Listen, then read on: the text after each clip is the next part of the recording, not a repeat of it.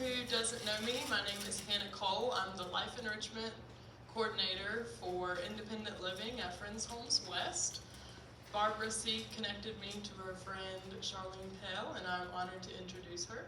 A little bit about her. She's the Executive Director for Facing Forward North Carolina and the author for In This Altered Body, a survivor's story of resilience and love. So if everybody would go ahead and silence their cell phones and join me in welcoming Ms. Charlene Pell. Thank you.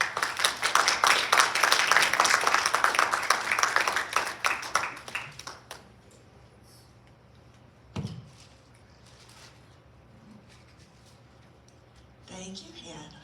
And Hannah is so much more than your life enrichment coordinator. She is an event planner extraordinary. She really is. I've worked in marketing many, many years, and that's a lot of work. So I was just so impressed when I saw the newsletter that she put together and everything that she creates for you. And I want to especially thank this lovely lady sitting in the front row here, Barbara C., your neighbor and my friend, because Barbara is the one who told Hannah, and I think everybody, about my book, and is the reason that I'm here today. I want to thank you again, too, just for spending your afternoon with me. As far as I'm concerned, my time is the most precious asset that I have in this world, and I really value it when other people, spend their time, give me their time. And for those of you who have read my book, I really appreciate that. And a little pitch here, if you haven't, I do have some with me today, if anybody is interested in getting one. I want to let you know, too, if you're shivering, you can thank me. One of the major disabilities that I have from burns to 64% of my body, as I don't have any sweat glands on that part of my body. So I'm always hot. So they were very kind to make it cool for me in here today. Otherwise, I couldn't stay because I'd get overheated and I'm at risk for a heat stroke. So thank you for tolerating the nice, cool weather today. So what we're going to do is I'm just going to probably spend about a half an hour talking with you about kind of telling you my story and what the book is about. And then for those of you who have read the book, I wanted to leave some time for you to ask any questions that you might have. So I always say that I wasn't beautiful before I was burned, and I'm standing in the way of some people, so let me move out of the way. But I was myself, and I was happy with who I was. I was really at the peak of my, career, doing fantastic.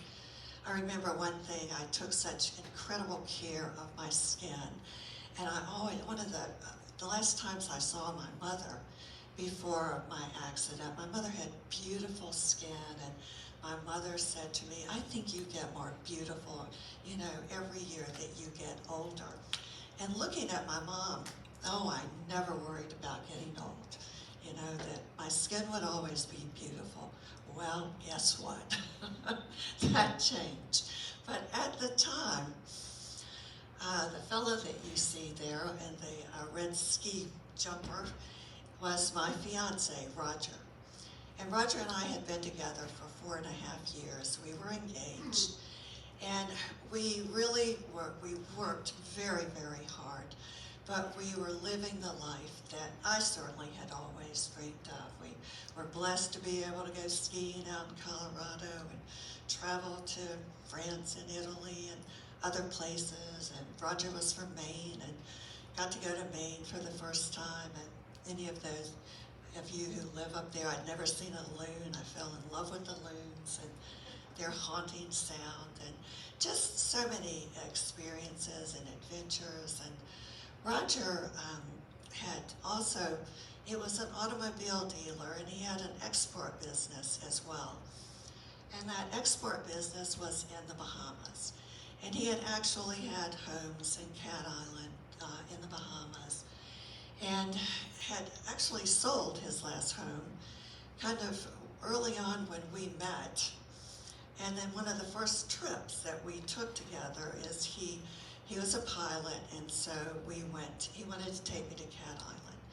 And so we flew over to Cat Island, and I fell in love with the place. And so what happened is that Roger ended up buying this beautiful house, needed some work, but gorgeous setting on Dolphin Point, literally cantilevered over the ocean.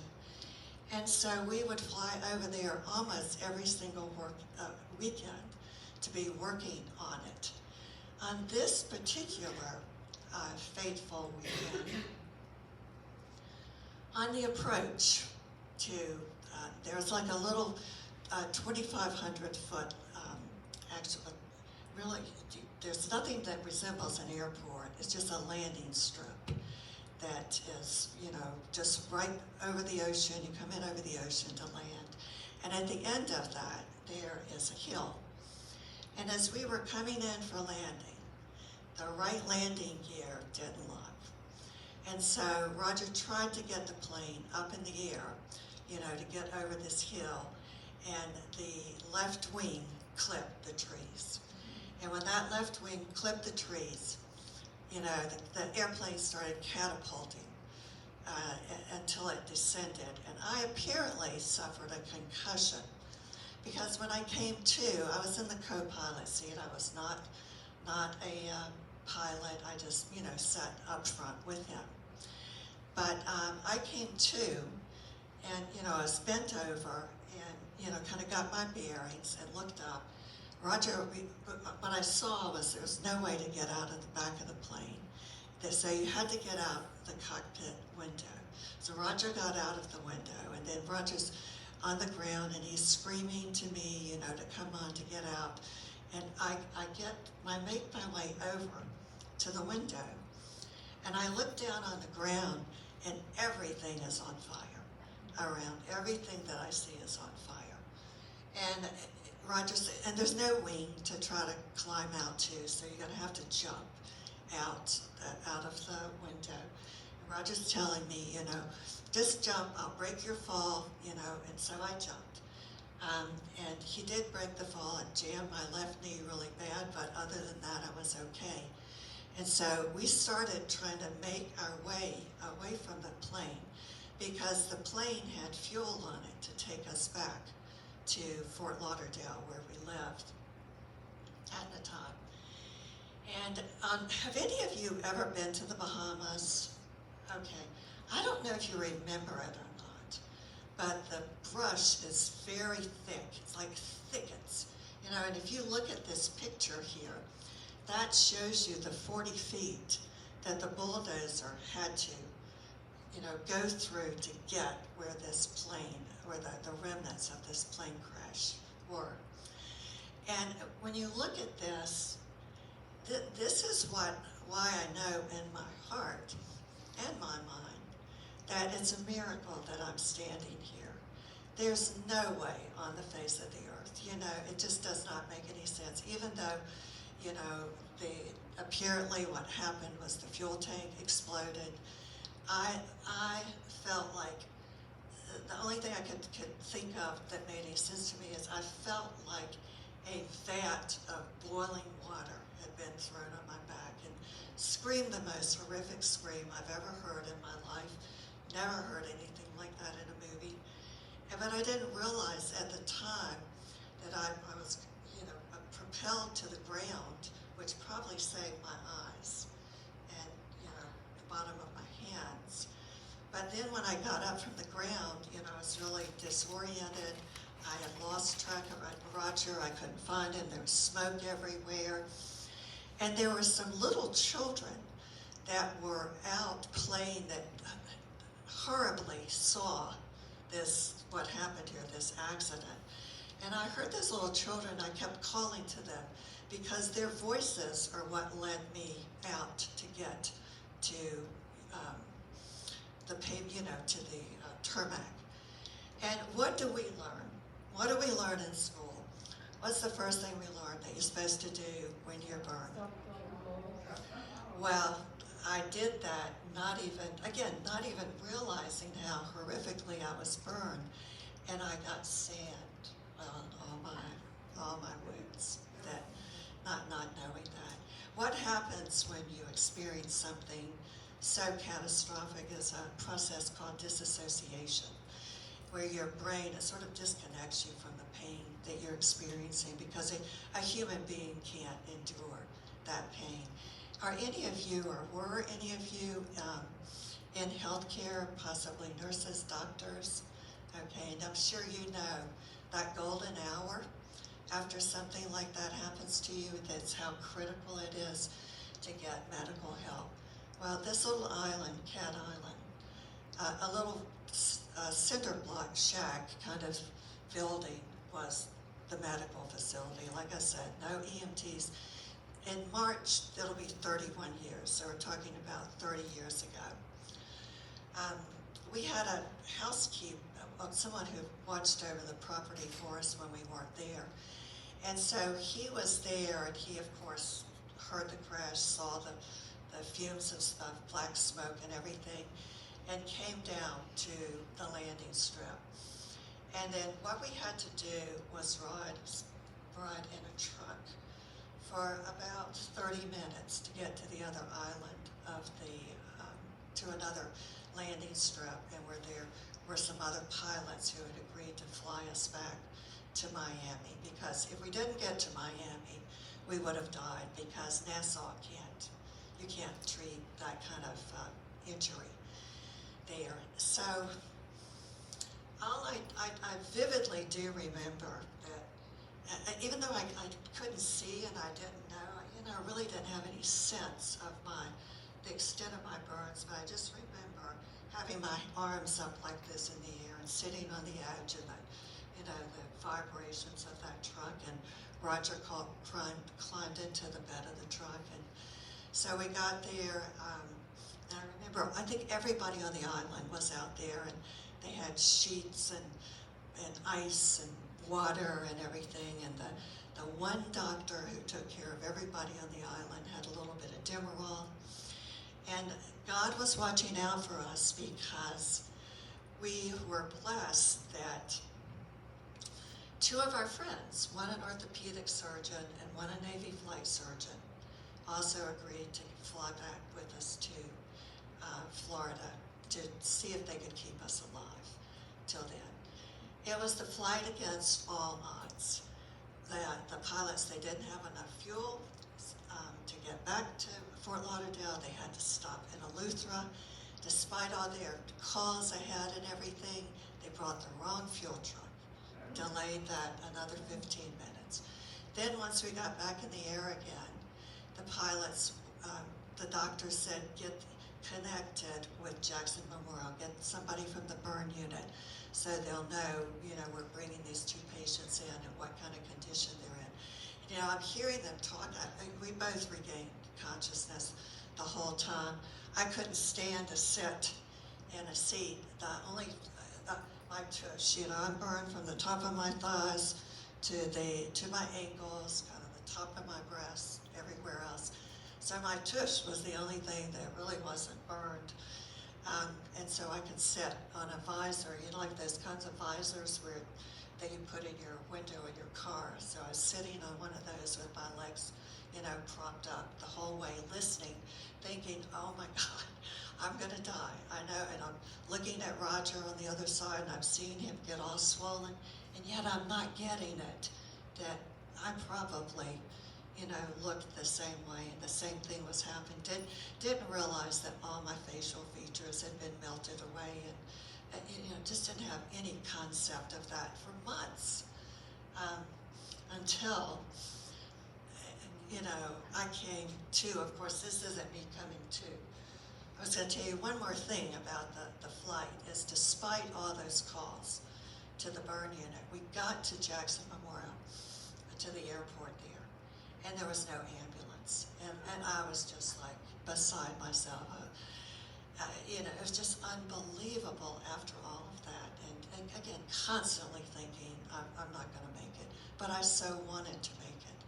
And I remember, helping walking off the airplane, crawling onto that stretcher, giving the EMTs my sister's phone number, and they start asking you all those questions, about allergies, this, that, and the other, and then immediately them giving me a drug that knocked me out. And I was knocked out in a morphine-induced coma for about 71 days. And so my poor mother and sister, this is what they came to the hospital to see when they got that call. And they lived through, months and weeks of the doctors trying to prepare them that I wouldn't make it. My mother and sister were in North Carolina. It uprooted them from their lives and their relationships and their jobs. But they were with me from the moment that they could get there. And then one thing about this in the book too, in this morphine-induced coma, on morphine, of that much morphine, it is just takes you to another dimension of existence. I had the most terrifying hallucinations that I would see these like Darth Vader, devilish-like creatures with pitchforks in their hands, and like I was in a dungeon, a black dungeon, or either I would find myself in this like dirigible kind of thing, like moving around and stretching and trying to get out. I guess maybe kind of like a womb or something that I was trying to get out. I mean, just crazy kinds of things that you can't even think of. And people, you can't have flowers or anything. Of course, I couldn't see them anyway, but because of infection, the chance of getting infection. So people brought balloons, and the balloons were probably more for other people than me. The balloons took on a life of their own. At night, the balloons, one in particular, raced around my room like a motorcycle all night. And it's fascinating, the little snippets of reality that are intertwined in these hallucinations, because the guy that I kept seeing on the motorcycle, and the beard that he had, and everything that he had on turned out to be my occupational therapist. Oh, and they were smoking pot, and I mean, it was just again, stuff you can't imagine. But anyhow, I got through this. And then the picture on the left shows you the very first time that I actually saw myself. That's my sister, you see, beaming, so happy that I'm alive. And many people, including me, also think that my sister kind of willed me back to life. The doctors, again, just kept trying to help her understand that there was a good chance I wasn't going to make it. She said, no, you don't know my sister. She's going to make it. She's going to be okay. She's a fighter. She can do it. So she was just thrilled.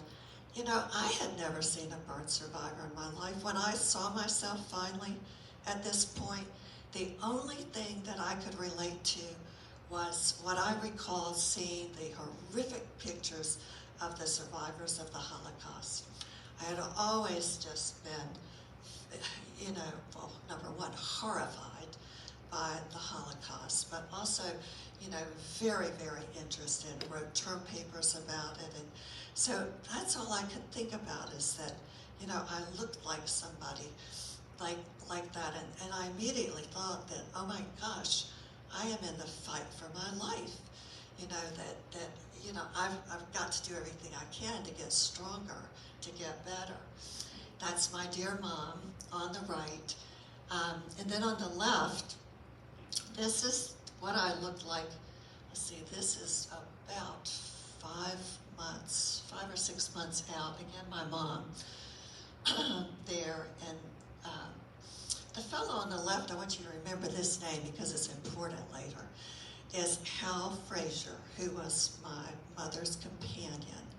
And Hal was the dearest man who would come down to Florida to help my mother, and he took care of everything for her while she was with me. And she would be with me for about a month, and then my sister would come. They would alternate and come back and forth, so somebody would always be with me. But one of the main things I always remember about Hal is that, like in that picture, I couldn't do anything for myself, hardly at all. And, I mean, in the beginning, I couldn't do anything. I couldn't even lift my head. I couldn't, anything. Sit up, walk, talk. I had to learn how to do all of that over the next few months. And because I had such severe contractures around my mouth, all my food had to be pureed. And Hal would feed me.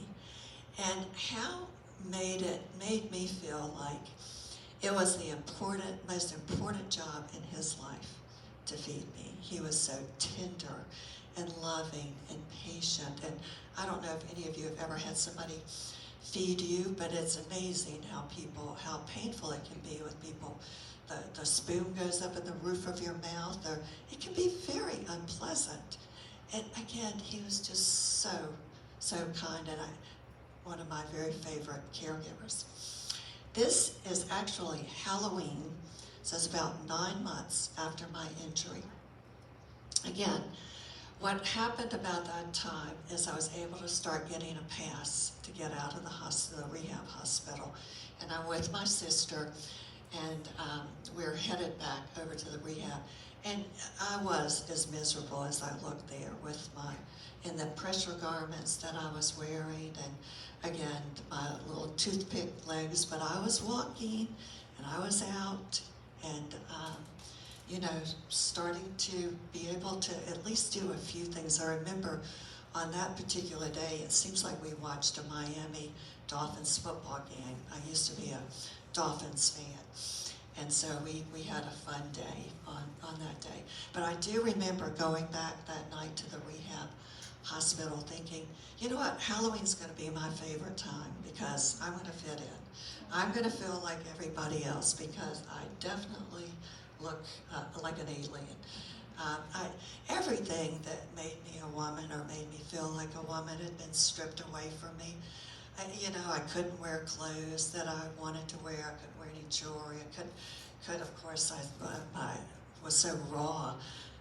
My skin, I couldn't wear any kind of makeup. I actually didn't have to wear my face mask on that particular day. And it was in a great deal of discomfort, but really stripped of my womanhood. And that kind of brings me to a quote in a book that made a big difference to me in my recovery. Again, going back to the Holocaust, you probably all read it, Man's Search for Meaning by Viktor Frankl, the survivor from the Holocaust. And I think this is just so important that everything can be taken from a man or a woman. But one thing, the last human freedoms, to choose one's own attitude in any set of circumstances, to choose one's own way. And I just made up my mind very early on that I could either that I might as well be dead. If I was going to be a victim and be bitter and be miserable, why live? So I chose life and to do everything I could to recover as much of my life as I could if possible. That's the face mask that I mentioned a while ago that I had to wear 24 hours a day except for when I was bathing or eating or sleeping. Well, I did wear one sleeping too. It was hot, it was uncomfortable. Again, you're out with this thing on. Of course, everybody's staring at you, asking questions, and who wouldn't? I mean, none of you have ever seen probably anybody walking around that looked like that. So it's not, please don't think I expect people to know or to understand. And I made it, I went out of my way to make people feel comfortable and at ease with me and let them know that I was okay as early as I could. I get this too. One of my mother's greatest fears when I woke up and I saw myself is she thought I was going to be so mad at her for letting me live like this and looking like this. And if anybody had told me that I was going to go through this and that,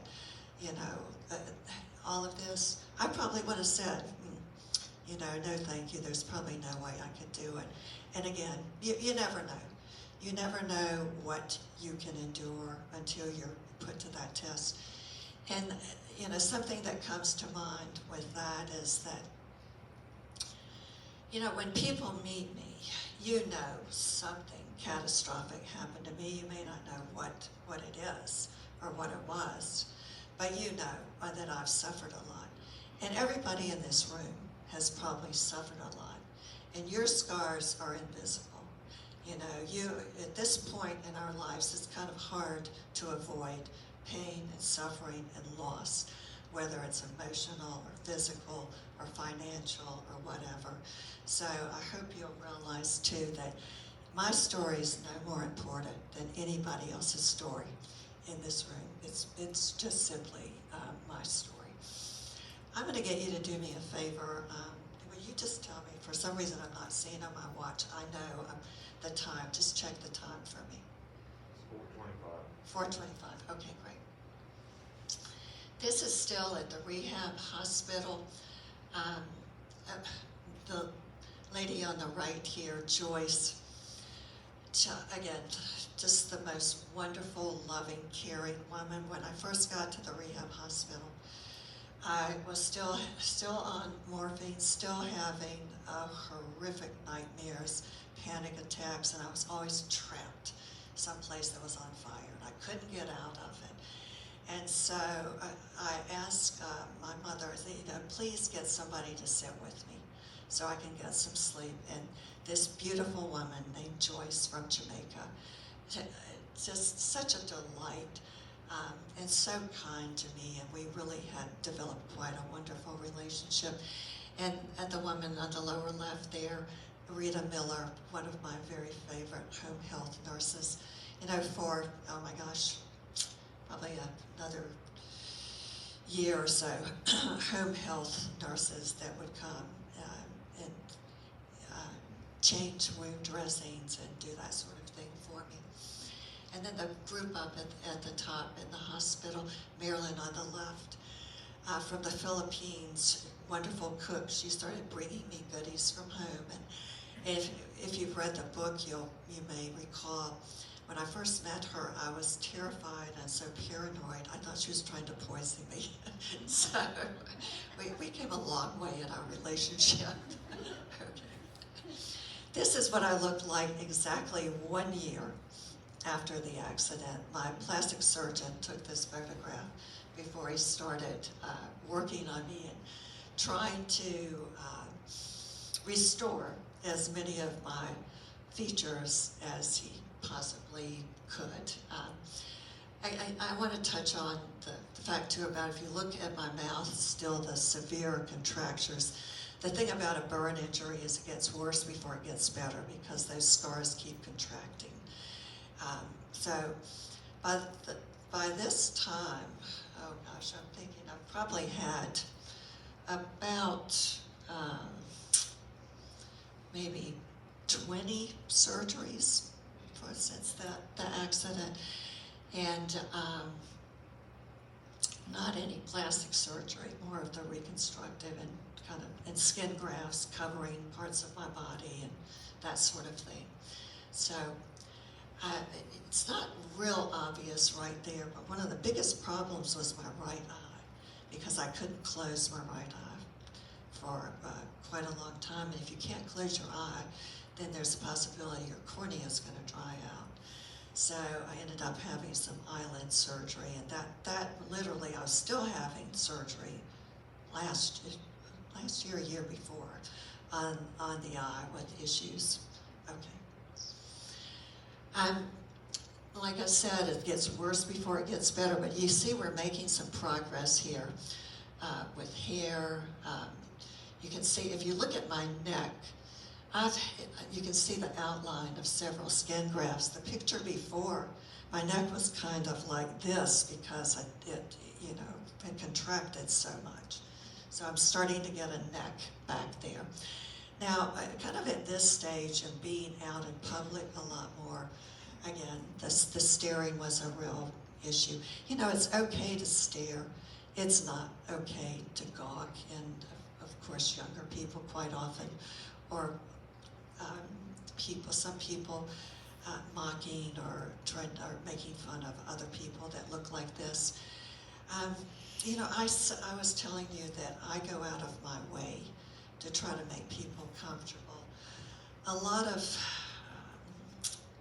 professionals really disagree with that because they feel like the burden shouldn't be on people like me and other people with disabilities, that society should learn how to treat people with particularly disfiguring conditions. But sadly, that really doesn't exist right now. So at the time, there weren't really any organizations. Well, there was the Phoenix Society, and I will go back to that a little bit later. But they didn't really have programs to help people integrate back into society and to adjust to a changed appearance and to learn social skills. Because I was a senior level executive and a vice president of communications and had good communication skills, I was able to use my skills and then I really think that helped.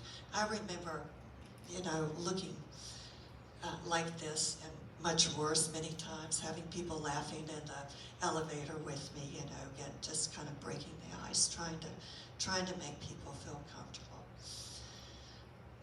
And again, there were a couple of quotes, and this is one: I can do all things through Christ who strengthens me, or scriptures and quotes.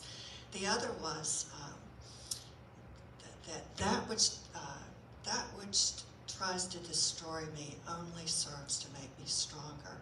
I kept those by my bedside, and so every night before I went to bed, I looked at that, and every morning when I got up, I looked at those affirmations, and just to help guide me and stay strong. This was a really pivotal night for me. Later on, much later on, you can see in the recovery, in the plastic surgery in my nose, I've had, been restored and replaced. And they've done some more surgeries on my mouth. I'm starting to kind of look like I have lips, even though a lot of that's sort of drawn on. My mouth, I still have some major limitations. Dental work is a real challenge for me still with that, but much better than it was years ago. But on that night, I was asked to be a model for a cosmetologist, and they were demonstrating camouflage makeup that really probably came into being more for cancer survivors early on than anybody else. And so, I remember sitting there on the stool, and the cosmetologist was working on me and talking to everybody about what she was doing, and she had a kind of small mirror when she showed me, and I looked, but afterwards I walked into the bathroom of the hotel where this workshop took place, and I remember looking in the mirror, and I was just overcome with emotion. Because, I looked and I thought, oh my gosh, now, no pun intended, but now I can blend in. Now I won't stand out as much, as I did before. Plus, I'm a woman, I never wore a lot of makeup, but, I liked a little makeup to have it on. And so that was a real pivotal moment for me to, again, kind of reclaim a little bit of my femininity. This photo, you see my hair is doing a kind of funky thing. I've got a lot of curls, but I'm happy to have hair. That's really remarkable. Many of my friends who their scalps were burned, their hair never came back, and so they do have to wear wigs. So I've been super duper blessed, to have my hair. And I always loved my red hair as part of my identity, so that was great. But at this particular event, I'm at a wedding, and this was something about pushing yourself really outside of your comfort zone. One of my colleagues at work just insisted that I was going to do this reading from the Songs of Solomon, and it's the most sensual reading in the Bible. And when she showed me what she wanted me to read, I said, Chris, there is no way that I'm going to read this, no way. I don't feel, sexual or sensual, and then they paired me with this great looking guy that I was going to read this with. And, they just insisted, and I loved them so much that I said, all right, I'm going to do it. And I practiced like I was going to be on Broadway or something, that scripture. And I read the scripture, and a priest that was there heard me, read the scripture, and the next thing I know, I'm invited to come and give an homily.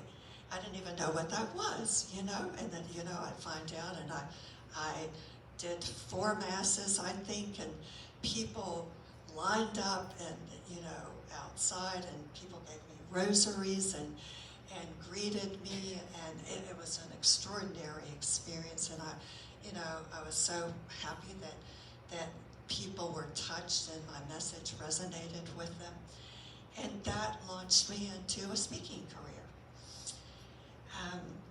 and getting really involved in a lot of organizations and learning a lot of things. And one of the organizations that I was very, very involved in was the Phoenix Society for Burn Survivors.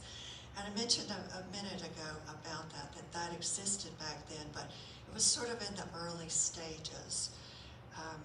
But every year at this event, which was called the World Burn Congress, there was a banquet and a dance and all kinds of workshops to help people learn different things. I'm going to have to back up just a minute because the story I want to tell you, I'm going to go back to the wedding for just a second. Something magical happened at the wedding. And that's that during the reception, the groom asked me to dance. Now, this was about 2 years out from my injury. And I hadn't been close enough to a man in 2 years to detect the scent of his cologne, much less touch a man. I'd been touched by male nurses and hugged by my male friends, that sort of thing, but to dance with a man, that was something different. And it was just the most giddy, heady, most wonderful, but bittersweet experience for me, because in my mind, I thought, the only time I'll ever know what this feels like is at somebody else's wedding. I'll never have a wedding. It'll never happen to me, because there is no way that any man that I would be interested in would ever give me the time of day to get to know me. And I just, I closed my mind. I just said, I'm just going to dedicate the rest of my life to helping other people with these issues and philanthropy, this sort of stuff. That's what I'm going to do with my life. So, very close mind. I was at this World Burn Congress event, and there was this session on intimacy and sexuality. And, I'm in this room and I'm listening to all the panelists, and they're encouraging people to come up to the mic and share questions or anything. And so it was all I could do. I remember trembling and being very, very, very nervous. And I went over to the mic and I told this story about the wedding and the dance. So at this event, that night,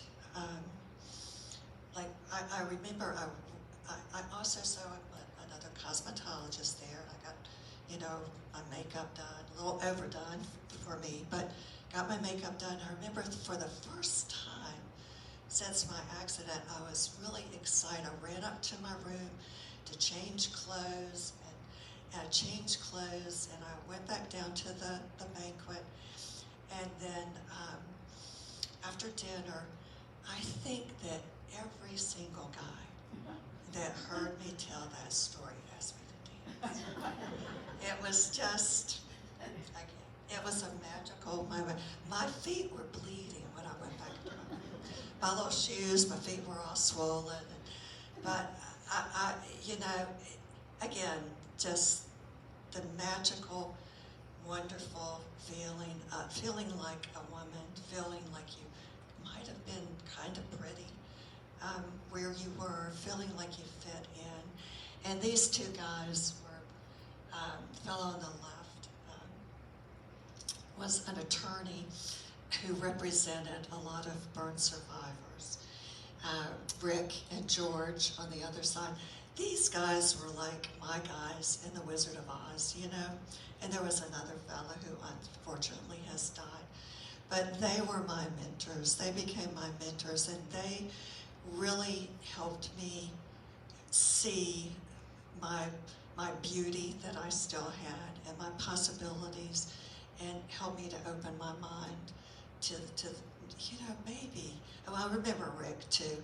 Rick Halpert on the left, dancing with him, and he told me, my friends call me Char, and he said, Char, it doesn't happen to everybody, but he says, I know it's going to happen to you. And that meant a lot to me, hearing that from him. So, it's you know, it would take me hours on end to go through everything that kind of happened from, you know, from where I was to where I am today, or how I got to where I am today. But I opened my mind to the possibilities. And actually, I ended up meeting somebody at a World Burn Congress because I opened my mind a little bit, and that I could be in a relationship, but only with somebody else who was a burn survivor, because nobody could ever understand me and all the bizarre feelings that I have neurologically, or the issues that I have that nobody could understand except for somebody like that. So I ended up having a relationship, a very dear relationship with somebody, but it was, you know, like all relationships. It was sort of a situation that I don't know if but you maybe I kind of was thinking this might be my only chance at love. And that wasn't fair to the other person. It wasn't fair to me. I knew I wouldn't be totally happy in a situation like that. And yet it was devastating to break off that relationship. Again, not knowing if that might have been my only chance at love again. But I'd rather be lonely by myself than lonely with somebody else. So I opened my mind to the possibilities. Well, you remember that fella named Hal Frazier? Barbara saying, yes, I remember him. Well, Hal Frazier had a son, and I'd never met his son because I was, you know, with Roger for the 4.5 years, and when we would travel to Greensboro for, you know, a special event or Christmas or my mom's birthday or whatever, we didn't have any interaction. And it turned out at the time Hal's son was married, but Hal's son was very unhappily married, and then he was separated. And so one night, I actually met Hal's son, and his name was C.H. And C.H. and I became like best friends. And C.H. when I would travel to, you know, after my accident, when I would travel to Greensboro, and my mom was working, and so C.H. would come to the airport and pick me up and go with me and help me do different things, and we'd shop for gifts for my mother, and, you know, just hang out together. And he really became kind of like my big brother, my best friend. Well, sadly, C.H.'s father, Hal, had been dealing with cancer even back when he was visiting me as a patient. And Hal died very, very sadly. It was just awful for just gut-wrenching and heartbreaking for all of us. My mother and Hal were like two 16-year-olds when they were together. It was so precious. They were just so in love and so cute and just having the time of their lives. And then he died. And of course, he helped my mother so much through everything related to my injury. But Hal died, and it just right before, it was the day before, I think, his birthday, and Melissa, my sister, and I were planning to come for his birthday. And then CH called and told us that he had died, so we came for his funeral. And that morning, when we were on the way to the church and getting ready to get in the family car, CH was walking out, and I took his arm and I said, I wish I could put a really beautiful woman on your, to be beside you today as you go through, the worst thing that any of us want to go through, to be with you. But I said, I'll have to do for today. And he just looked at me and smiled, and we went on and we went out and went to the church, and we were sitting next to each other, and he was actually holding my hand. I thought he was going to squeeze my hand, and he was squeezing my hand so hard and just being very, stoic, trying not to cry. And we got through the funeral and went to the graveside and rode back home. And again, it was in April, and you all live here in North Carolina now. April is so beautiful here. The tulips and the azaleas and the dogwoods, and so many things are blooming, and life, you just feel life coming back around that time. And so anyhow, we get out of the car and walk back up to Mom's house, and the last thing I wanted to do was go inside. I just did. After all of that, I love nature. I feel closest to God in nature. And it was so beautiful. And I thought, I want to go for a walk. And before that, though, as we were coming in, my mom has 2 dogwood trees in front of her house, or had. And so right before we were, we got Mom in, and right before CH and I were going in, CH came over to me, and this was like a scene in a movie, that CH comes over to me, and he gently takes my arms in my hands, and he looks into my eyes, and it's in that moment kind of where, it's almost like the guy would give the woman the kiss, but he looks into my eyes, and he says, I want to talk to you about something you said to me this morning about putting the beautiful woman on my arm. He said, you have a beauty that transcends anything physical. And I just melted. I thought, oh my gosh, he sees who I am inside. He sees beyond what I look like on the outside. And that was the pivotal turning point in my big brother becoming, eventually, my husband. And it didn't happen all that quickly. It took time. But from that moment on, I opened my mind to the possibility that he could really love me. There were some times when I can recall thinking,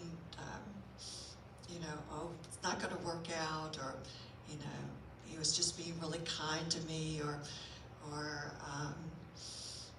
but it worked out. And again, over the years, it did work out. And CH, just like his father, is the kindest, most loving, devoted, compassionate, thoughtful. I could go on and on. God blessed me with this man. And he makes just every day the most special day for me in my life and treats me like a princess. And again, I just feel like a gift from God. And I think back about my mother being so angry at Hal on the night that they got the call about the accident. And Hal was an optimist. Hal told my mother, he said, Doris, that was my mom's name, we called her DP. He said, I just want you to try to remember something good may come out of this. I hate that he wasn't alive to be a part of our wedding and to see that. And I hope he's looking from above, but again. So, I'm gonna wrap it up here, and this is what the book is about, a lot more detail, more stories, more, I left out so many things that, but that's pretty much what the book about. Oh, and I will mention too, just real briefly, my work. This led me into, gosh, the first 5.5 years after the accident. I was still in OT, PT, psychotherapy, but was already starting to do work for the Phoenix Society for Burn Survivors. And CH and I together did a lot of work, raised some money to help other people go to these World Burn Congresses and other programs and things. Very involved with the North Carolina JC Burn Center.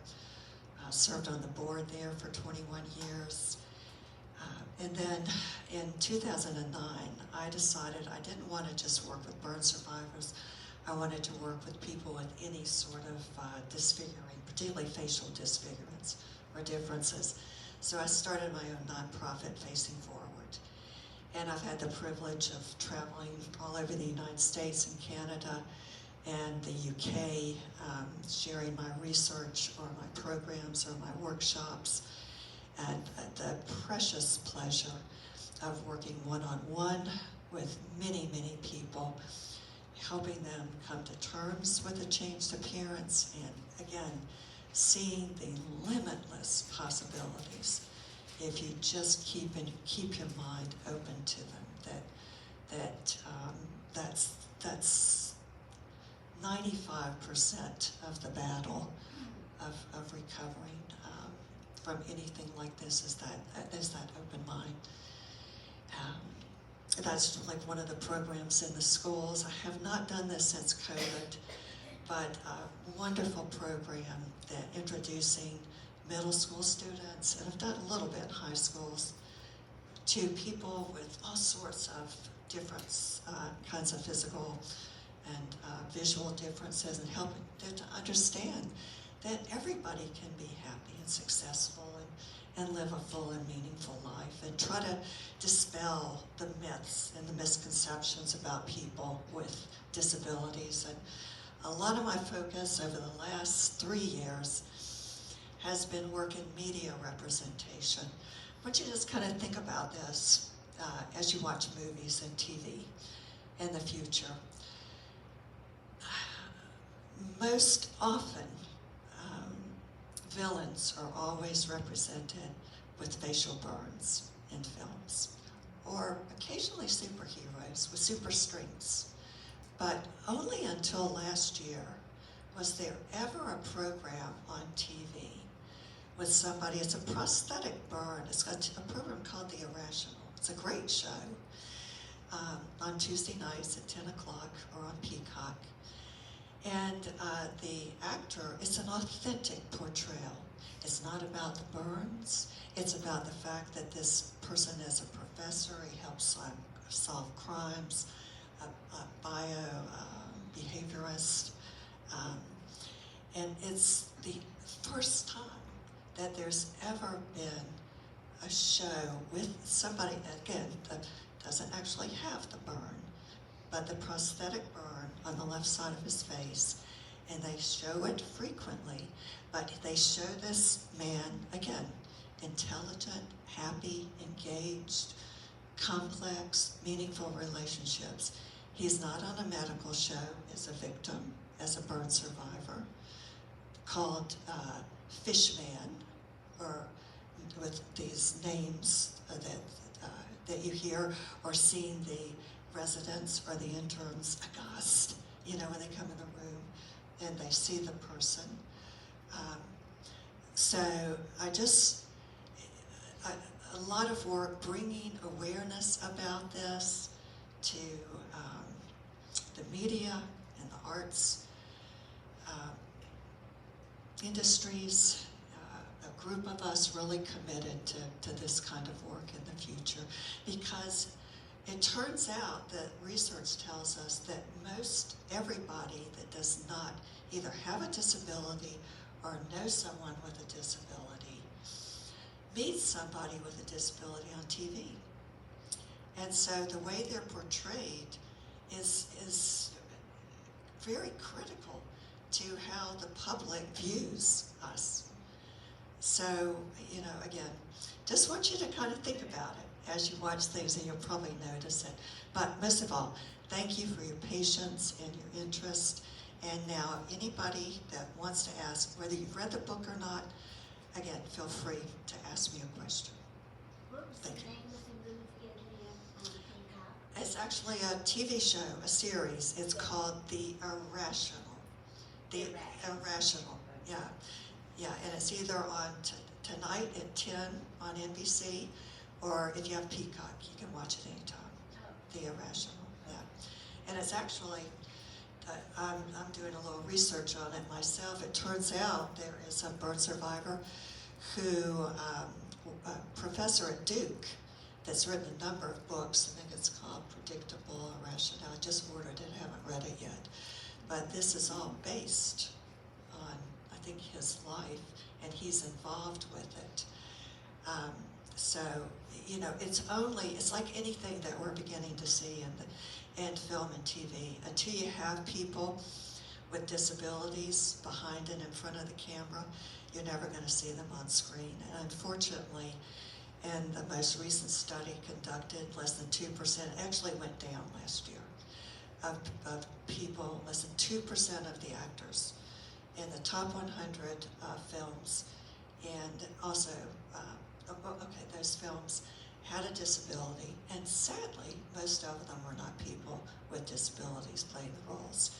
People win Golden Globes and Oscars for wearing prosthetics and portraying people with disfigurement, but they don't hire them.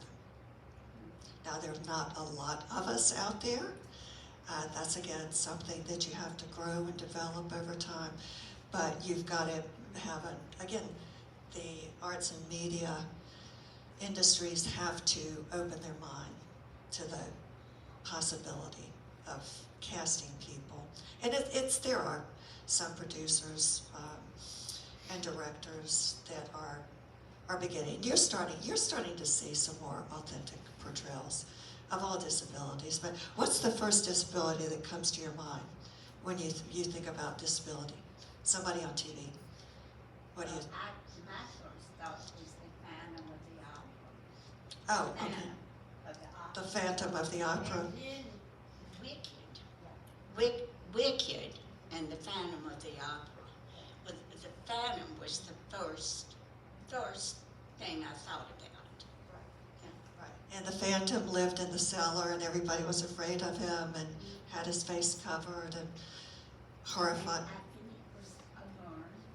Yeah, I'm not even sure. I'll have to look into that. Yeah, might have been. Yeah. Anybody? Hannah, let's see. Well, it's okay. I'll use this. Oh wait, I can't go this way. You tell me, and I'll repeat your question. Hi, I'm Linda Gretton. I live here, and I'm taking a course in writing over at Guilford College, and my professor is sitting right next to me. So my question for you is, can you tell us a little bit about the writing process for doing that book? That must have been quite something to go through the whole process of writing that book and essentially reliving everything all over again. Can you tell us a little bit about that? Did everybody hear the question? Okay, so the question was about the process of writing the book, and that it must have been painful writing the book, reliving all of that all over again. And she's actually taking a course at Guilford and sitting next to her instructor. Thank you, and thank you for being here. And that too, I mean, again, all stories that are, so many stories that end up in film and on TV start with the writers. We're starting to reach out to some of the writers groups as well, the Writers Guild of America, different organizations. But it was to write and develop characters. But yes, this started literally thinking about writing this book, starting to put notes together, gather things, probably 28 years ago. I mean, I've got bins of boxes, bins full of things at home that in 2000, I believe it was 2001, I was very fortunate to be able to go to the Maui Writers Conference, which I had been a member of the National Speakers Association and discovering some of these writers groups and taking writing courses. Because most of my writing, I was a marketing professional, so it was promotional, much more journalistic writing, or to sell products and ideas and this sort of thing. And so I started taking all these courses about this, and again, just start journaling things. I did keep a journal. And the first draft of this, when I showed it to one of these writers that actually taught a course at the Writers Conference, I remember her telling me, Charlene, nobody wants to read this. It's like a sick person's journal, because it was just dark and painful and everything that I was going through. And I actually went back and I looked at the notebooks, and I love bright colors. And a lot of the notebooks were, black binders, and I started discovering that I wasn't writing about the times that were happy or good. I was writing the pain. Of course, journaling is so fabulous to help work through things and healing. So anyhow, I started doing this, and I would highly recommend to other people. I've heard the term, Paula Rizzo actually, because she wrote this book called Listful Thinking or Listful Living, and she talks about the kinds of note-taking, and I would definitely at that time be in she calls the monkey note-taker, somebody that's got Post-its and stuff like all over the universe, and half a dozen notebooks everywhere instead of putting it all in one place. But I did start keeping a binder, a notebook, and also a box that I started putting any ideas or anything I wanted to remember in that contain, so I'd have it all in that one place. And then just started writing. And so I wanted to write a self-help book. So that's the direction that I was going in, but I didn't have an advanced degree. One of my very favorite doctors told me, he said, Charlene, you're wearing your credentials, but unfortunately publishers don't think that way, or agents, or in the book, the writing, it wasn't where it needed to be back at that time. But that, everything, and if anybody has written a book or tried to get a book published, you have to do a book proposal. And that book proposal, that's a course in and of itself. Well, you start with a query letter, which again, it's a course in and of itself, and perfecting that so that in, ideally one, actually I ended up sending mine to, there's probably at the time the editor of Writer's Digest, they had some kind of special going on that you could pay $99 or something and they would critique it for you. So I sent it, and he actually said, yours should be 2. Keep it 2, keep it like, make a few changes. But there's a whole process and a procedure and a protocol. Then the book proposal, where you have to do a lot of research of comps that are similar to your book, but what makes yours special? What makes it different? And there are all kinds of, gosh, nowadays there are wonderful, wonderful tools and books. And the best $120 I ever spent in my life was to join the Authors Guild. I mean, it is a fabulous organization. So many seminars and workshops, and literally you can't get it immediately, but if you're a member, an attorney will vet your manuscript for you, which otherwise you have to pay $1,200 or $1,500 at least or more to have that happen, unless you're being traditionally published. And then now you all have heard all the stories about how many of these, you do all this work, you get your query letter, you get your proposal, you get that golden opportunity, to send it out to somebody, and you wait for months and months and months. And in the beginning, they tell you, only send it to one, don't send. Now that's changed, send it, you can send your proposals to more, but a lot of places don't accept you've got to have an agent. I went through all of that, and I had an agent, I lost an agent. I had a traditional book publishing deal. And sadly, I was a casualty of a company that was eventually forced out of business.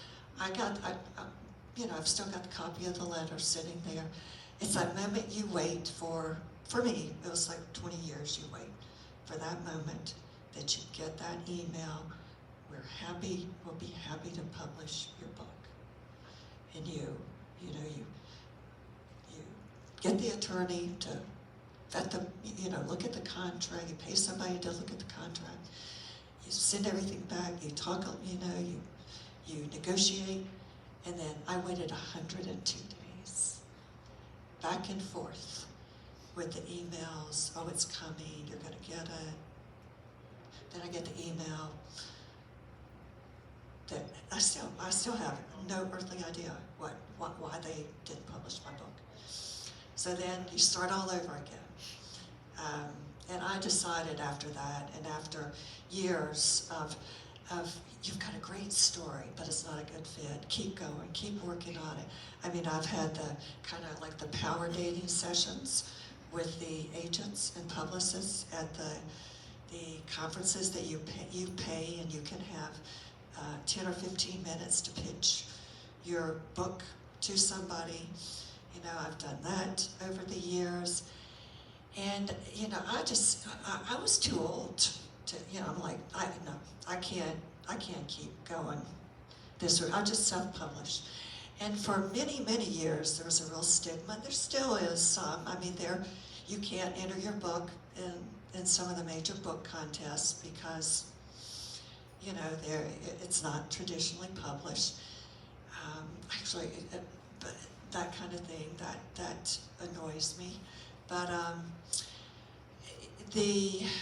I just decided, okay, I'm gonna do it. But then I had to launch into an entire research project. I didn't know anything about, now who were the, best, what were the best companies that I could possibly go with. And the different tiers of companies and the credibility and this, that, and the other. I ended up working with Girl Friday Productions. And even with when you go with somebody like that, they also have their own gatekeepers. You've got to submit your manuscript. All these people at Girl Friday have all worked for the big 5 publishers. So again, you go through that, and whether they decide, and they accepted my manuscript. And so I did have, I benefited greatly from their expertise in doing, like some of the things I didn't realize. I love quotes. And if you've read the book, you'll see that I use quotes a lot. And that was something else going through the process and over the years. I wish I had all my quotes in one place, because I've got probably they all said love them, but I do love quotes. But, you know, you have to identify the source, sometimes get permission to even use the quote. And had I done that just on my own, I wouldn't have known that, you know. So many things that I benefited. But going back to the actual pain and suffering and different drafts, I ended up, that first book that I had, I got it in the hands of not an acquisitions person, but somebody in marketing at one of the big five. And he very kindly looked at the book for me. And he was the one who came back to me though and said, Charlene, the people, you know, you've got a really good start here, but the public's not going to buy a book from somebody that doesn't have the credentials. He said, you need to write a memoir. So I just took elements from what I had, and then I started going again in a different direction, doing, studying, reading. He recommended 5 or 6 books for me to read that were really outstanding memoirs. And then what was really hard for me was dialogue, because going back to my style of writing. So, you know, I would go places and I would just listen to people, you know, where, you know, in the stores, at a coffee shop, just different, and even thinking too about my own conversation with people. That was the biggest hurdle for me, was the dialogue. And I don't read fiction, and the dialogue's great in fiction. So, you know, that was a drawback. I love nonfiction. I love movies that are based on true stories. That's just my thing, you know, what I prefer. So that was a struggle. But yes, writing it. It took me back. I did start having some of the nightmares, get some of the anxiety that reoccurred with doing that. And talking about it takes you back to it. You know, viscerally, you feel certain things, sometimes more than others. You know, every single day you hear about an airplane crash, constantly re-traumatized with that sort of thing. But the last 2 years, 2 or 3 years, I started working with a developmental editor. And that was the key for me. Because, you know, I didn't know how to really develop that story, that arc in that story. And I didn't really understand conflict going back and forth and as much, and helping me with the dialogue. And she really helped me excavate feelings and experiences that I could go back and refer to. But that was key. And just and revising. You're the writer. I mean, what do they say? 80% of writing is revising. Just over and over and over, continuously. So, but, yeah. Anybody else? I know everybody's probably getting hungry. Yes? I just wanted to ask, whatever happened to your fiance? And I'm so glad that you did mention that. My fiance died 21 days later. He regained consciousness, just brief, but again, high doses of morphine. He developed sepsis, and he died, yeah. And so I never saw him after seeing him walk off the stretcher. My mother and sister did, but I didn't. I think that, you know, I didn't get into that. It was really about a year after my injury. You know, I was like in such survival myself, trying to recover, that I really started the grief. It was when I went back. You know, we were living in it was actually Roger's condominium where we lived, beautiful, overlooking the intercoastal waterway. And Roger had changed his will, but he hadn't signed it. So after he died, I didn't have a home to go back to. But I did move back to the same high-rise, that we had lived in.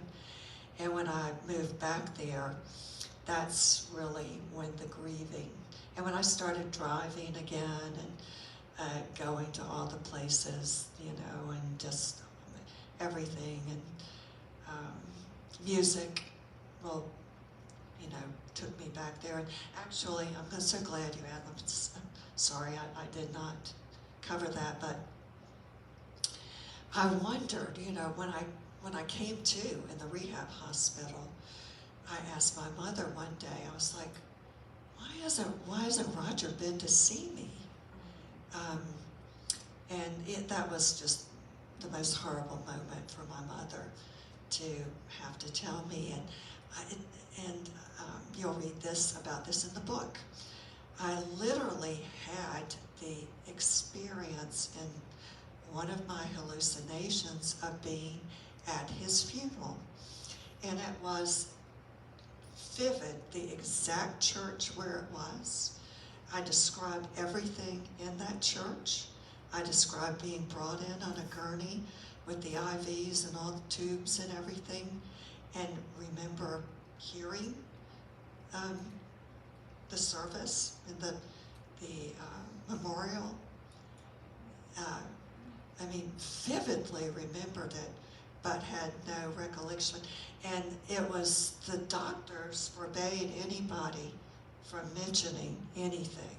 That it was only when I asked any question that they could talk about anything.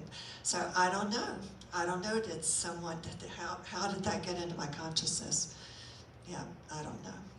But I don't think that Roger's burns, he was burned 56% of his body. And again, he was older than I was, but he was very fit, but he developed sepsis. Yeah. Thank you for asking that question. 1994, March 25th, 1994. Thank you so much, everybody. I really appreciate it.